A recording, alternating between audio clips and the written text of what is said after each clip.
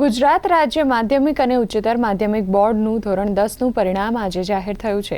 ધોરણ 10નું 83.86% પરિણામ જાહેર થતાં વિદ્યાર્થીઓ અને વાલીઓમાં ખુશીનો માહોલ છે।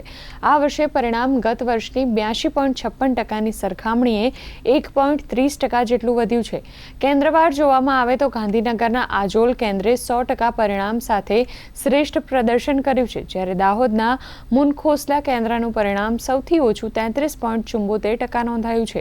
જિલ્લાવાર પરિણામમાં નર્મદા જિલ્લો 90.85% સાથે આગળ રહ્યો છે, જ્યારે પંચમહાલ જિલ્લાનું પરિણામ 76.42% સૌથી ઓછું રહ્યું છે।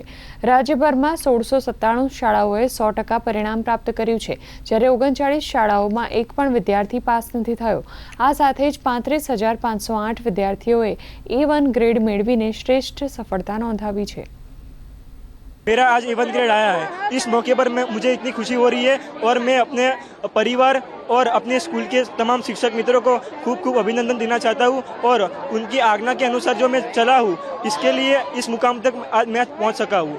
A1 ग्रेड आया है मेरा और टोटल है 553 और मेरे पापा एक टेलर है, मतलब उनकी खुद की शॉप है, पर हम मिडिल क्लास फैमिली से बिलोंग करते हैं, तो मैंने इसके लिए भी मेहनत की थी और मैं जो रिजल्ट है उससे बहुत खुश हूँ।